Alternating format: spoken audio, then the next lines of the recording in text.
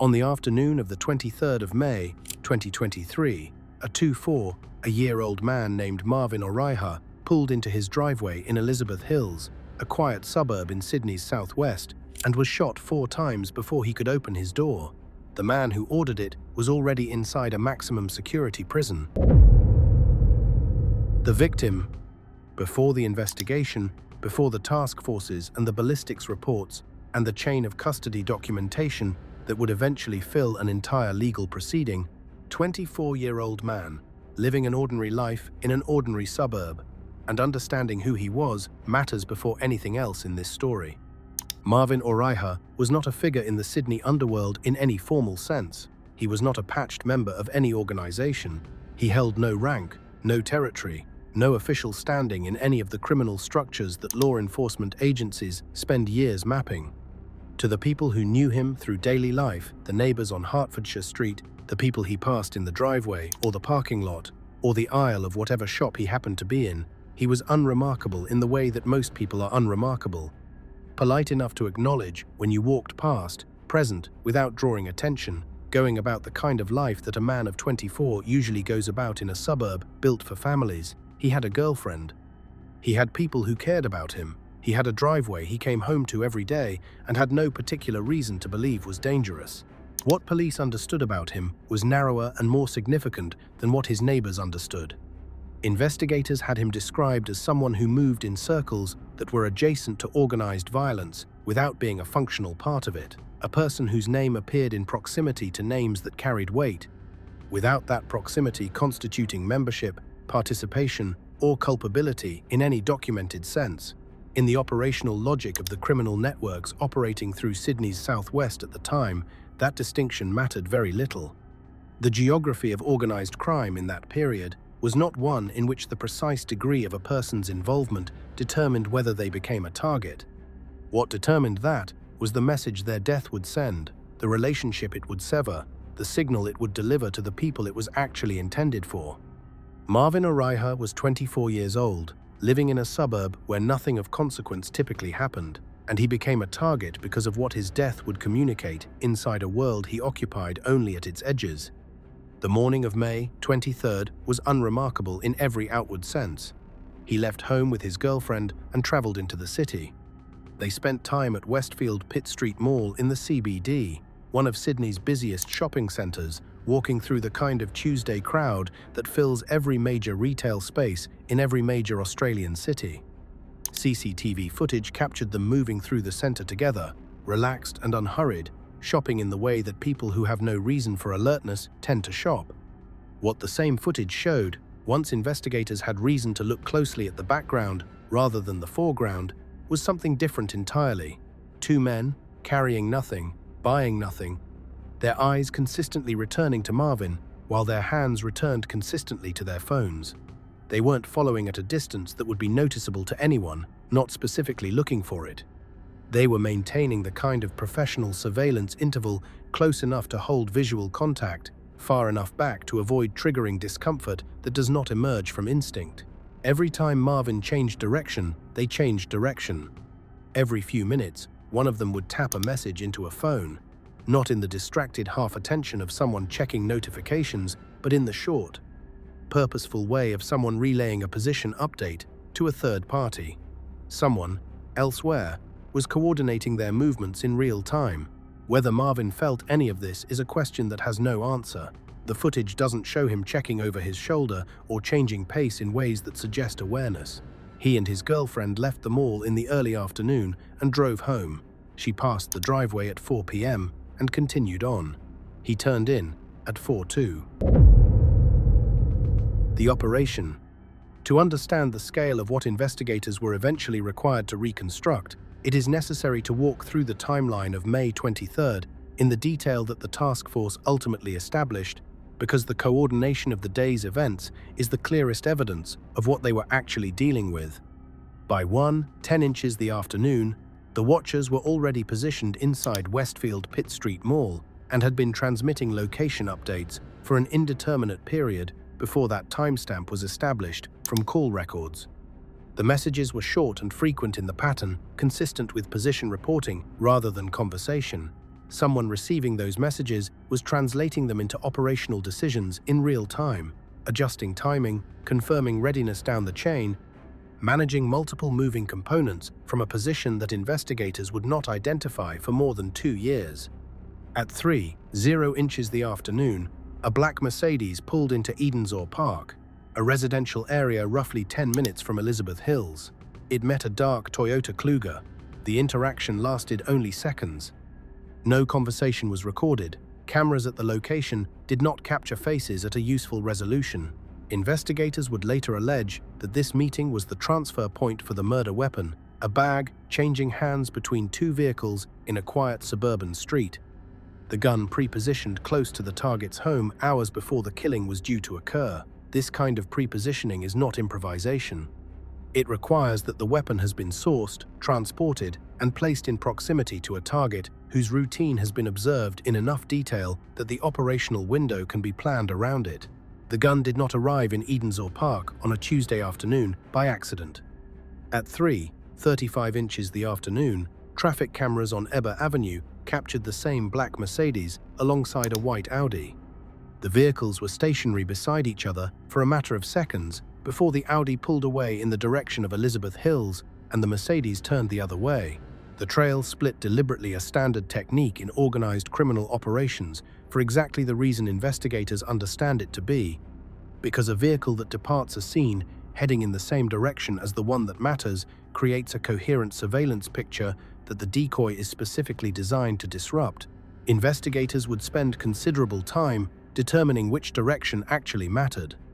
The white Audi was in position on Hertfordshire Street before 4:00 the afternoon. Forensic reconstruction later established that the vehicle had made at least one prior pass through the street in the weeks before the murder route testing, establishing the sightlines, identifying where a stationary vehicle could sit without drawing attention from residents who notice cars that don't belong.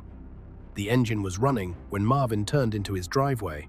4 shots, placed with the control that investigators later described in terms suggesting training rather than proximity, were fired through the driver's side window. The sequence lasted under 5 seconds. Marvin Oraiha was dead before he could open the door. The fires started at approximately 4:07 and 4:08 Green Valley and Bonnyrigg Heights, respectively.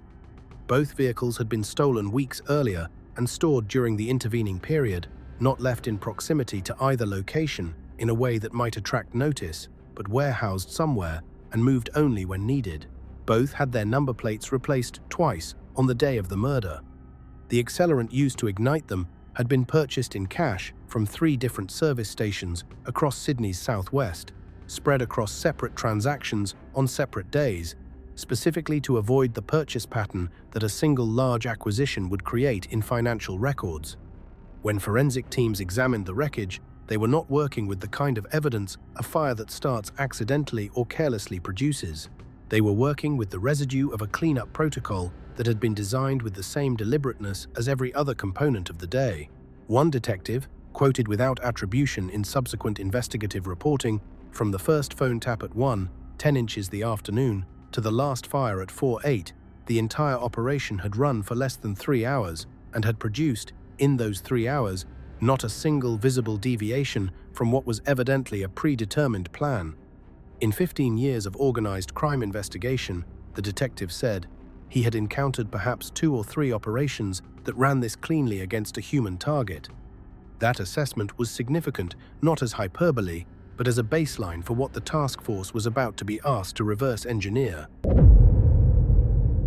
The war it came from. None of what happened to Marvin Oraiha can be understood in isolation from the wider conflict that produced the conditions in which his death became possible.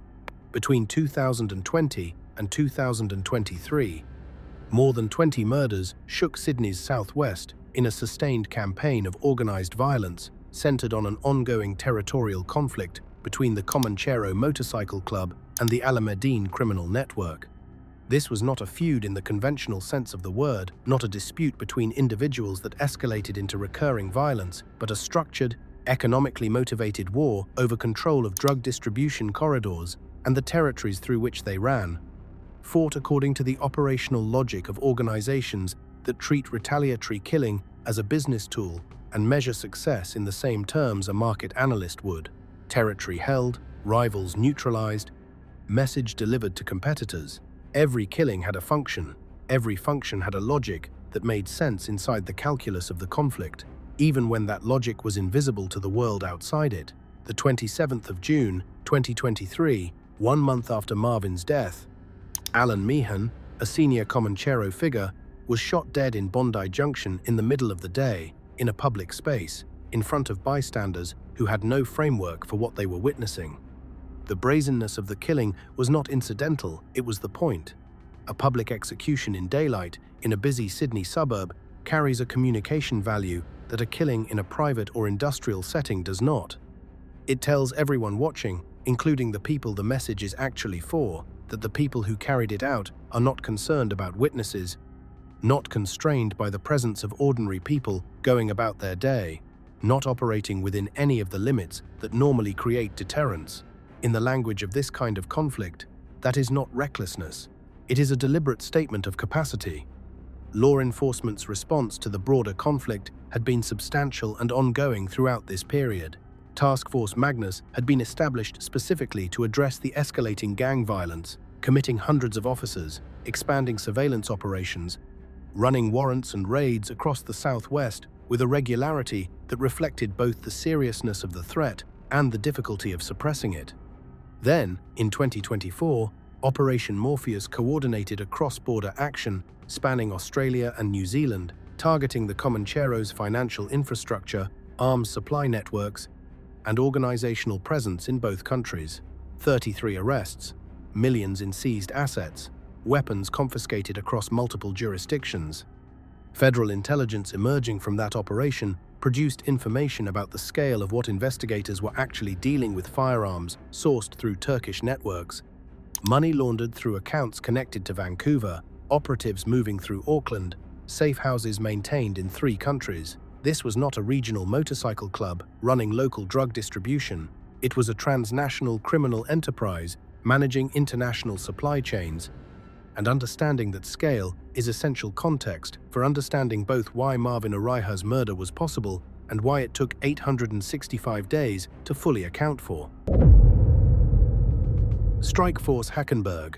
The police response was mobilized within hours of the shooting and assembled at a scale that reflected how investigators read the crime from its first indicators. Strike Force Hackenberg was not a standard homicide unit. It brought together elements of the NSW Homicide Squad, the Raptor Squad, the State Specialist Unit, focused on organized crime and outlaw motorcycle clubs, Task Force Magnus, forensic specialists, ballistics analysts, financial crime investigators, data analysts, and dedicated phone intercept teams operating under a series of rolling warrants. The geographic spread of the initial investigation covered Elizabeth Hills, Green Valley, Bonnyrigg Heights, Edensor Park, Yagoona, Roselands, Guildford, Liverpool, and Marylands, each suburb representing a node in a network whose shape would take months to define. The forensic phase began immediately in the wreckage of the 2 burned-out vehicles.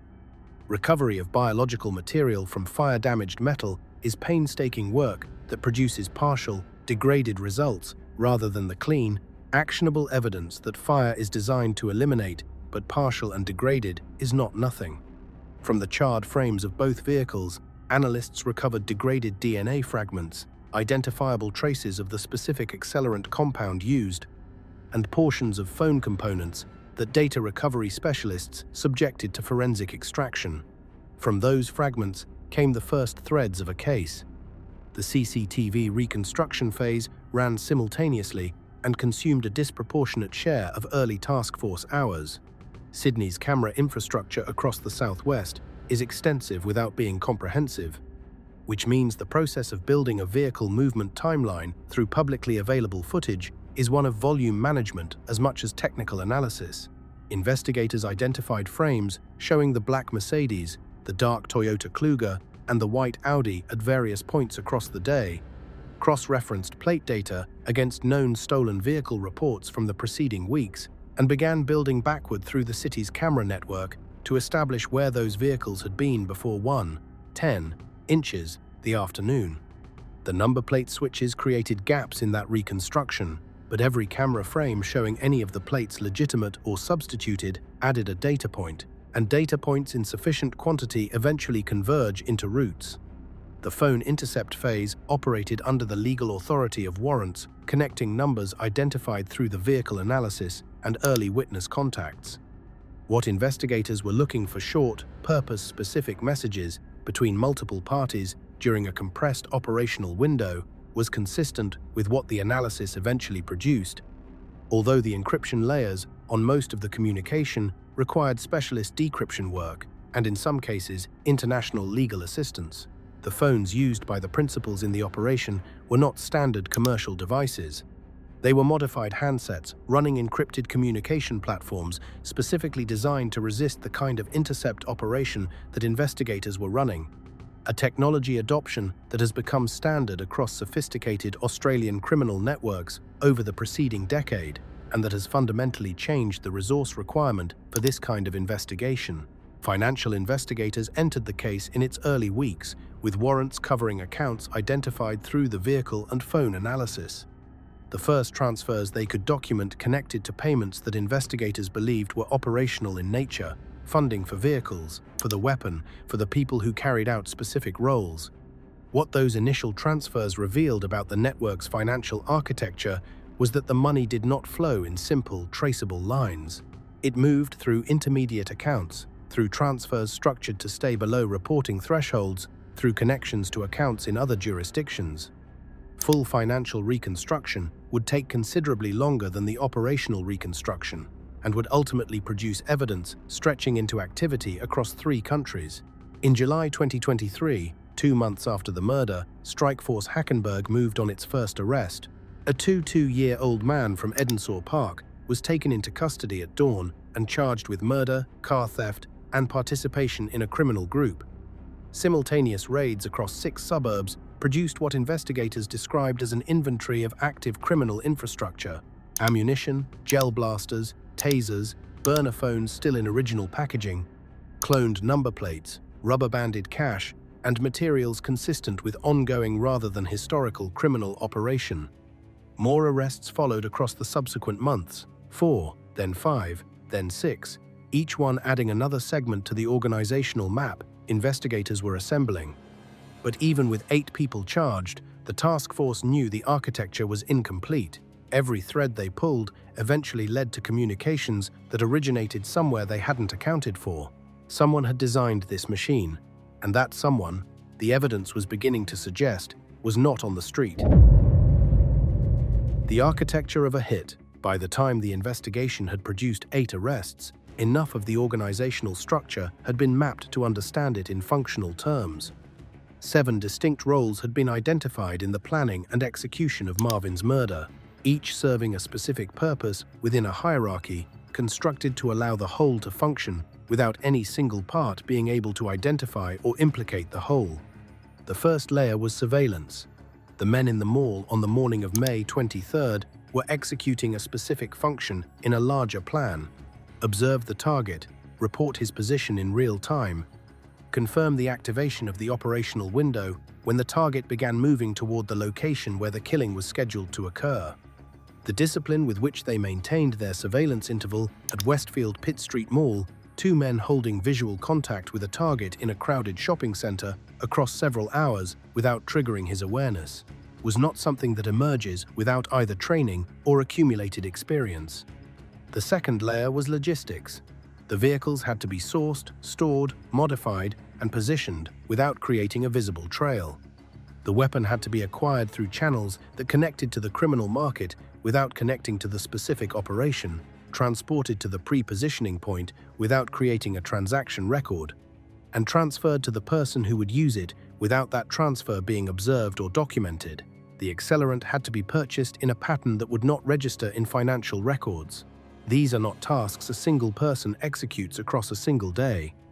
They are tasks distributed across people and time, managed by someone who understands the forensic implications of each step and has constructed a protocol around minimizing them. The third layer was execution.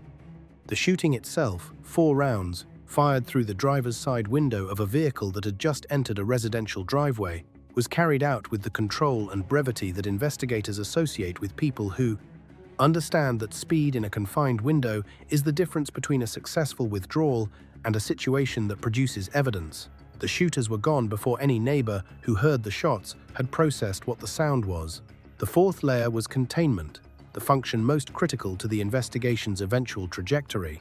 In any criminal operation involving multiple participants, the silence of those participants after the fact is not a given.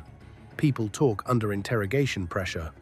People cut deals when the alternative is a lengthy sentence. The fact that Strike Force Hackenberg, operating with the full resources of a multi-agency task force and executing warrants across the Southwest for months, found that witnesses were consistently not forthcoming and phones were consistently going dead, reflected the operation of an enforcement function inside the network, not visible in any transaction record or surveillance photograph, but present in every place where information should have existed and consistently did not. Together, these functional layers constituted what the task force understood as a full operational cell. What they could not account for across 8 arrests and hundreds of hours of evidence review was where the architecture came from. Every communication chain they traced backward through the evidence eventually led to the same place, and that place initially made no operational sense. Every thread led to Silverwater Correctional Center. The man in the cell, on the 1st of October 2025, at 9:15 in the morning, Strike Force Hackenberg executed its 10th arrest. Unlike every previous arrest in the investigation, there was no dawn raid on a suburban address, no surveillance operation requiring officers to intercept a vehicle on a public road. The subject was already in custody. He had been in custody since before Marvin Oraiha's murder, serving time on unrelated charges in a maximum security facility where his movements were monitored.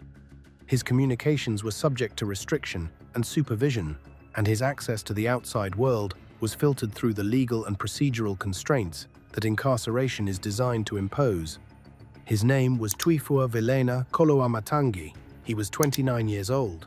He was charged with murder and knowingly directing the activities of a criminal group. Court documents filed in connection with the case describe the operational picture that months of analysis had produced. Koloamatangi, according to the police case, maintained his control over the network through a system of lieutenants who functioned as the interface between his instructions and the physical execution of those instructions. People on the outside who received direction from him reported the operational picture back to him, moved money as he specified, arranged logistics in accordance with his decisions, and coordinated the activities of the people below them in the structure without those people necessarily understanding the origin or authority of the instructions they were following.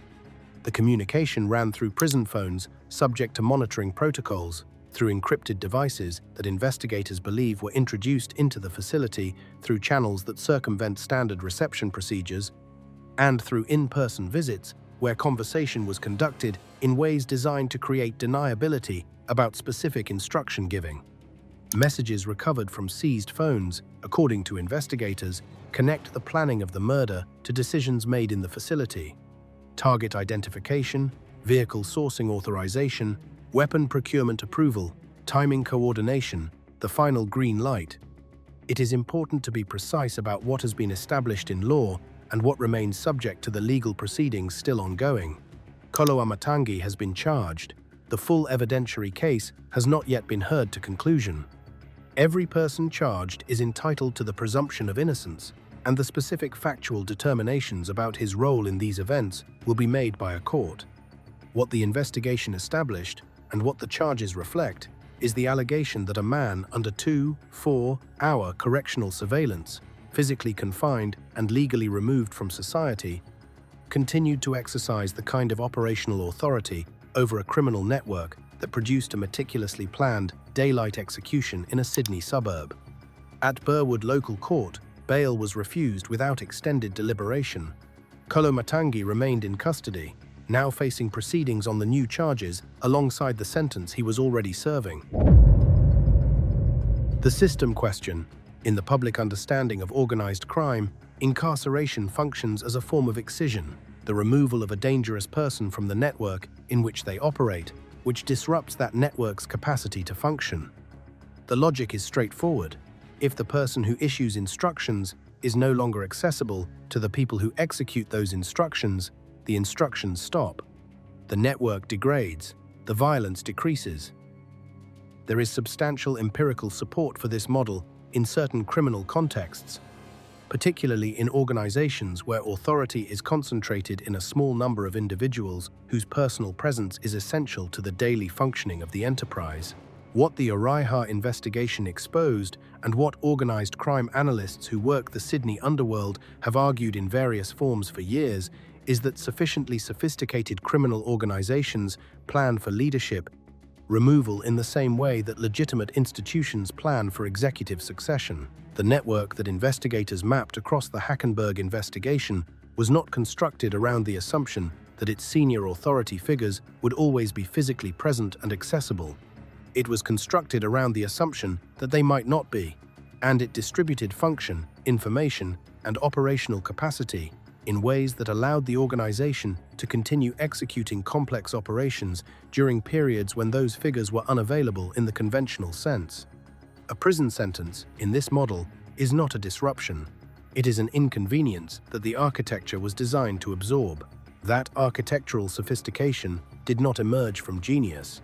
It emerged from experience from decades of watching what happens to criminal networks when key figures are arrested and building the next version of the organization in response to what was learned. The communication technologies that allegedly allowed Koloamatangi to issue operational instructions from inside Silverwater were not invented for his specific situation. They were already in use across the criminal landscape, refined through successive law enforcement responses, and adapted as each previous generation of countermeasure was identified and closed. Every time an encrypted platform was compromised by a law enforcement operation, and there have been several significant ones in Australia and internationally over the preceding decade, the networks using it adapted, shifted to new platforms, developed new protocols, and continued. The investigators who cracked those platforms celebrated genuine victories. The networks absorbed the disruption and kept moving. What this means for the people who live in the suburbs where this violence occurs is something that no arrest announcement, however significant, can fully address. Elizabeth Hills, Green Valley, Bonnyrigg Heights, Edensaw Park. These are neighborhoods built around the expectations of ordinary residential life. People move to them because they want space, quiet, and the low-grade predictability that makes it possible to raise children and grow old and park in your own driveway without a particular plan for what you will do if something goes wrong. The geography of organized criminal conflict does not respect that expectation. It moves through the same streets, the same shopping centers, the same driveways. And when it produces violence, it produces it in spaces where the people most affected had no way to understand what was happening around them or any mechanism for protecting themselves from it. The silence that held. One of the most significant operational facts of the Oraiha investigation, one that investigators have spoken about, in terms that suggest both frustration and qualified respect for the network's discipline, was the degree to which the enforcement of silence held across months of sustained legal and interrogative pressure. In organized crime investigations of this scale, the standard expectation is that someone breaks. The mathematics of incentive should produce it. You arrest 11 people. You offer the person with the least exposure a deal that reduces their sentence significantly in exchange for testimony against the people above them, and the chain begins to unravel from the outside in. This is how most major prosecutions in this space are built, not from forensic evidence alone, because forensic evidence in well-planned operations is designed to be minimal, but from the willingness of people at the edges of an organization to trade what they know for what they are offered. The Oraiha investigation did not produce that unraveling in the conventional way. The silence that held across the network was not the silence of people who had nothing to offer. Investigators were clear from early in the case that the people they were dealing with had information that, if disclosed, would have accelerated the investigation by months. It was the silence of people who understood, with specific rather than general clarity, what the consequences of disclosure would be. That understanding is not maintained through abstract loyalty. It is maintained through specific, credible demonstrations of what happens to people who decide to cooperate with police demonstrations that do not need to happen frequently to be effective, because the point of them is not frequency, it is permanence. One example, in the right context, is enough to sustain a culture of non-cooperation across an entire network for years. That culture of non-cooperation is one of the reasons the investigation took 865 days rather than a fraction of that. It is one of the reasons that so much of the evidentiary case was built from digital and forensic analysis rather than from testimony, a methodologically valid but significantly more resource-intensive approach that requires the kind of sustained institutional commitment that not every case receives, and that this one did receive because of the sophistication and visibility of the killing. The investment in the Hackenberg investigation reflected a judgment, made early, that the operation's characteristics put it in a category of organizational capability that needed to be understood and documented as a priority, not just solved as an individual crime. That judgment was validated by the eventual identification of the alleged director. If the investigation had ended at 8 arrests, if the task force had charged the operational layer of the network and closed the case on that basis, it would have left intact the specific capability that makes this kind of operation possible, the ability to direct organized violence from inside a correctional facility. The informant wall. The ballistics report that emerged in the early months of the investigation added a dimension that reframed what the task force understood it was dealing with. The weapon used to kill Marvin Oraiha had been used in at least one other organized crime shooting in the period before the murder. This was not a gun acquired for a single purpose and discarded. This was a firearm cycling through a network, a shared resource in an ongoing campaign of organized violence, moving between operations as needed, its custody chain reflecting the same logistical discipline as every other component of the operations it was used in. That detail placed Marvin's death not as a standalone event, but as a point on a longer curve, one killing among several being conducted by an organization with established supply lines, tested personnel, and a track record of operational execution that extended back further than the specific conflict that produced his murder. Most organized crime killings, even sophisticated ones, produce mistakes in the hours and days afterward. Someone stores a phone they should have discarded. Someone's car appears on a camera at a time it cannot be explained. Someone tells a person they should not tell, and that person tells someone else, and eventually a name reaches an investigator who knows what to do with it. The discipline that characterized this operation was unusual, not in kind, but in degree. Organized criminal networks in Sydney's southwest routinely conduct pre-operational surveillance of targets, acquire vehicles weeks before they are needed, and dispose of evidence through fire. What was less routine was the degree to which each of those standard operational elements had been executed with sufficient care that the traces they left behind required months of specialist analysis to convert into usable evidence. That discipline reflects something about the period in which the killing occurred. By 2023, the organized criminal networks operating through the Comanchero Alameddin conflict had been under sustained law enforcement pressure for years. They knew phones were being intercepted, knew that financial transactions were being analyzed, knew that surveillance was extensive and ongoing. In that environment, the operational sophistication visible in this case was not accidental. It was a direct adaptation to the surveillance pressure the network was operating under, a refinement of technique in response to what previous investigations had revealed about where their vulnerabilities were. The version of this operation that runs 5 years earlier is probably less careful about the accelerant purchase pattern, less rigorous about the number plate substitution schedule, less disciplined about the communication protocols between the watchers and the coordinator. The version that runs in 2023 is the product of everything the network had learned from watching how previous operations were reconstructed. What is left? 11 people were ultimately charged in connection with Marvin Oraiha's death. 11 separate roles in a single killing: the watchers who tracked him through the mall, the coordinators who managed the real-time operation, the drivers who moved weapons and vehicles across Sydney's southwest, the people who lit the fires that were supposed to erase everything, the financiers who funded each component, and the person who, police allege, gave the final authorization from a room inside a maximum security prison. Convictions have been secured at various stages of the resulting proceedings. The full legal resolution of every charged party will continue through the court process on its own timeline. Marvin Oraiha's family does not speak about him in the language of criminal networks or gang wars or organized crime investigations. They speak about him in the language of grief, which is the only appropriate language for a 24-year-old who was shot in his driveway. Speak about him in the language of criminal networks or gang wars or organized crime investigations. They speak about him in the language of grief, which is the only appropriate language for a 24-year-old who was shot in his driveway on an ordinary afternoon in a suburb where the only expected drama was a council decision about a local park. The legal process that will continue to unfold around his death addresses accountability in the terms the legal system is designed to address it: charges, hearings, evidence, determinations, sentences. What it does not address, and what no legal process is designed to address, is the specific, irreversible fact of his absence, the stopped routines, the unreturned messages, the space that a person fills in the lives of the people who loved him, and that nothing subsequently fills in the same way. In the language of law enforcement, the outcome of the Hackenberg investigation is described as containment rather than closure.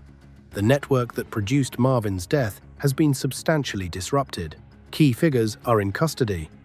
The operational capacity that allowed a coordinated execution to be run across a city in under 3 hours has been mapped, documented, and subjected to the legal consequences that the evidence supports.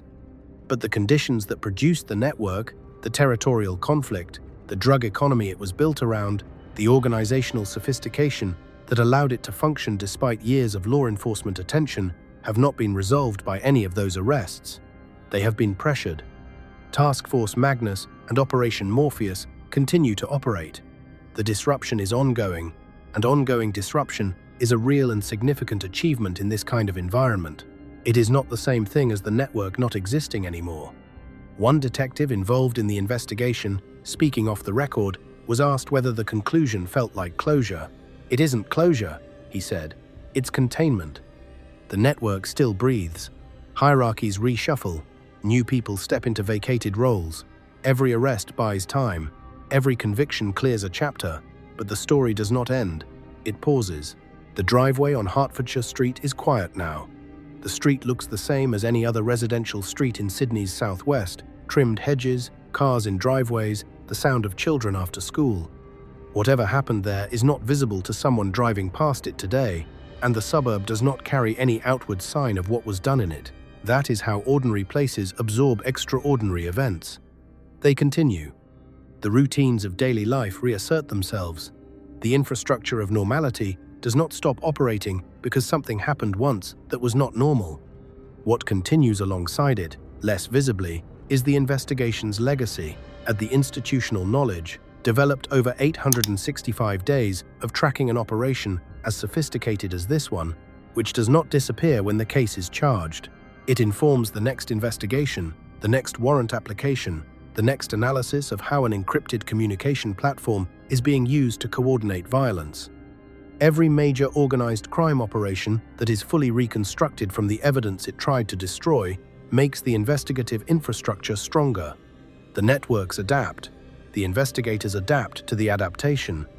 It is not a clean story with an ending. It is a process, operating on a timeline measured in years rather than news cycles. Marvin Oraiha was 24 years old. He was not a soldier in anyone's war. He was adjacent to a world he did not control, in a suburb that had no mechanism for protecting him from it, and his death was a decision made by other people for reasons that had nothing to do with who he was as a person. 11 people have been charged with the decisions that led to that outcome. The legal process will determine what they did and what they are accountable for. It will not determine whether any of it was worth it, because that question does not have an answer. The legal process is designed to provide. If this style of investigation first, evidence-grounded coverage is what you come here for, subscribe and hit the bell. There are more cases like this one, cases where the organizational structure behind a single killing is more complex and more disturbing than any single arrest announcement conveys, and where understanding that structure is the only way to make sense of what the headlines are actually describing. The broader pattern. The Oraiha case arrived in a Sydney that had been managing escalating organized violence for years. but it arrived with characteristics that made it distinct even within that pattern. And understanding those distinguishing characteristics matters because they define both what the investigation achieved and what it could not. Between 2020 and 2023, the Comanchero-Alamedine conflict had produced a documented escalation curve in which the tactical sophistication of individual operations increased in rough proportion to the law enforcement pressure being applied against both organizations. Early incidents in that sequence were operationally simpler, targeted shootings with less pre-operational surveillance, less rigorous vehicle management, less deliberate evidence elimination. By 2023, the operational profile had changed substantially. The Oraiha killing, by the assessment of the detectives who reconstructed it in detail across 865 days, represented the highest level of tactical discipline visible in the conflict's record to that point. The longest pre-operational surveillance window, the most elaborate vehicle management protocol, the most systematic evidence elimination, and the most complex communication chain between the person who directed the operation and the people who executed it. That escalation did not happen randomly. It happened because the organizations involved had spent 3 years watching how their operations were being investigated and building the next version of each component in response to what the investigations revealed about the vulnerabilities of the previous version. That pattern adaptation, in direct response to investigative pressure, is the fundamental dynamic that makes sustained, well-resourced task force operations the appropriate response to this kind of organized criminal violence, as opposed to event-driven investigations that mobilize resources after a specific killing and stand down when charges are filed. The value of Task Force Magnus and the broader Strike Force Hackenberg operation was not only in the specific charges they produced, it was in the institutional knowledge they accumulated about how these networks function, how they communicate, how they finance operations, and how their tactical approach evolves in response to countermeasures. That knowledge does not appear in arrest statistics. It lives in the analytical products generated by years of sustained surveillance, in the contact matrices developed from phone intercept analysis, in the financial mapping that traces money flows through structures designed specifically to resist that kind of analysis. And it becomes the foundation on which the next investigation is built, when the next operation, more sophisticated again, adapted to whatever the Oraiha investigation eventually reveals about the previous generation's vulnerabilities, produces the next killing. The 11 people charged in connection with Marvin's death represent a significant and genuine disruption to the specific operational cell that carried out the killing. They do not represent the end of the conflict that cell was embedded in, and no serious investigator involved in the case has suggested they do. What they represent is a documented account of how that cell functioned, its structure, its communication protocols, its financial architecture, its operational discipline, and its operational limits that will inform everything that follows it in this investigation space. That is not a consolation. It is an honest description of what sustained organized crime investigation produces and what it cannot produce. And the honest description matters because the alternative, presenting 11 arrests as a resolution of the conditions that made the killing possible, would be a misrepresentation of both the investigation and the environment it operates in. The weapons trail. The ballistics connection that emerged in the early months of the investigation carried implications that extended beyond the Oraiha case specifically. A firearm that has been used in multiple organized crime shootings is not simply evidence of a single crime. It is evidence of a supply and custody chain that connects multiple operations, multiple actors, and, in this case, multiple points in the conflict's timeline. Tracing that chain backward from the bullet fragments recovered at Hertfordshire Street through the earlier shooting where the same weapon was documented, through the transaction or transactions through which it entered the network, toward the original source, was a parallel investigative thread to the vehicle and phone analysis, and one that produced connections to the broader criminal supply infrastructure operating across Sydney's southwest. The specific details of where that thread led remain part of proceedings that are not yet fully concluded. What investigators could establish publicly was that the weapon had not been acquired specifically for Marvin's murder. It had been in the network's custody for a period before the killing, moving between operations as operational need required, its presence in the Oraiha operation reflecting a logistical decision about which available resource to use, rather than a procurement decision made in response to a specific contract. That distinction is meaningful for what it says about the network's capabilities. An organization that maintains a weapons inventory and allocates from that inventory across operations is organized at a level that goes well beyond the capacity of individuals acting independently or in small, loosely connected groups. It requires trust, relationships, physical storage arrangements, communication about availability and scheduling, and a governance structure capable of authorizing specific allocations to specific purposes. All of those requirements leave traces, and all of those traces were part of what the Hackenberg investigation was working through across its 865-day lifespan. The international dimensions of the weapons supply question were addressed more directly by Operation Morpheus than by the Hackenberg investigation itself. Federal intelligence developed through that operation identified supply chains for firearms reaching into Turkish networks, not Turkish organized crime, in the domestic Australian context, but procurement networks operating through Turkey as a transit point for weapons moving between European and Australian criminal markets. That kind of international supply architecture is not accessible to or usable by criminal organizations operating at a purely local level.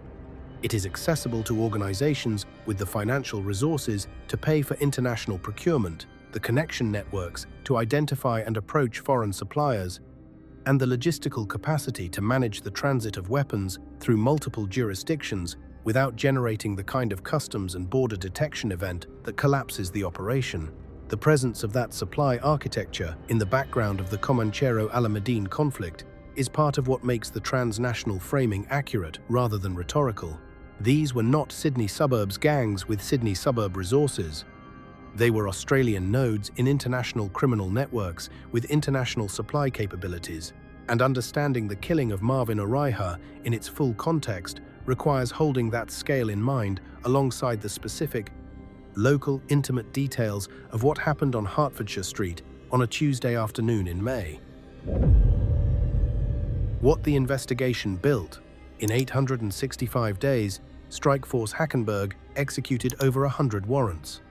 Analysts reviewed hundreds of hours of CCTV footage, frame by frame, across an operation that required tracking the backgrounds of ordinary shopping center footage for evidence of professional surveillance behavior, a process that is genuinely difficult to describe to anyone who hasn't been asked to hold that kind of attention across the kind of time it requires. Phone intercept teams worked through layers of encrypted communication across months, building a picture from fragments that individually meant very little and collectively mapped a criminal operation across a geography and time frame that no single piece of evidence could span.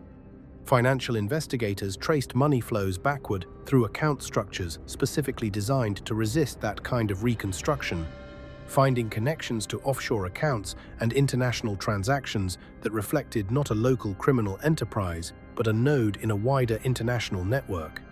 Forensic specialists recovered usable evidence from fire damage that most people would have assumed destroyed everything worth recovering.